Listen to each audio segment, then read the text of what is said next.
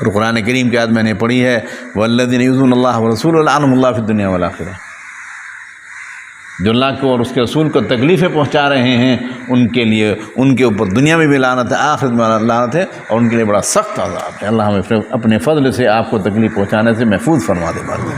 تکلیف کیسے پہنچے گی آپ کو؟ آپ کی سنتوں کے خلاف چلنے سے آپ کو تکلیف ہوگی، آپ کے طریقے کے خلاف کھانا کھائیں گے آپ کو تکلیف ہوگی، آپ کے طریقے کے خلاف جوتا پہنیں گے آپ کو تکلیف ہوگی، آپ کے طریقے کے مطابق جوڑا پہنیں گے تکلیف ہوگی آپ کو۔ ہر چیز میں ہمارے نبی کا طریقہ موجود ہے، کوئی کام ایسا نہیں دنیا میں آج بھی جو نئے نئے کام آ رہے ہیں ان کے لیے بھی ہمارے نبی صلی اللہ علیہ وسلم کا طریقہ موجود ہے۔ تو آپ کے طریقے کے مطابق اگر ہم کام کریں گے آپ کو راحت ملے گی، آپ کے طریقے خلاف کریں گے تو ہمیں ہمارے نبی صلی اللہ علیہ وسلم کو تکلیف پہنچے۔ وہ تو بولو بھائی ہم تکلیف پہنچانا چاہتے ہیں یا راحت دینا چاہتے ہیں؟ آپ کو بولو، زور سے بولو، راحت دینا چاہتے۔ راحت کی صورت یہی ہے کہ ہم اللہ کے نبی کے طریقے کے مطابق ہر کام کرنے کی کوشش کریں گے انشاءاللہ۔ بیت الخلاء میں جانا اس میں طریقہ ہمارے نبی کا موجود ہے، مسجد میں آنا اس میں طریقہ ہمارے نبی کا موجود، جوتا پہننا اس میں طریقہ ہمارے نبی کا موجود ہے۔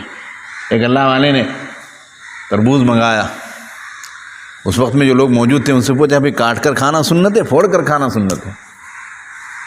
تو بتا نہیں پایا وہ، اس اللہ کوئی نے تربوز ہی نہیں کھایا۔ جس میں اللہ کا طریقہ نہیں مانو اسے کیوں کھایا جائے گا؟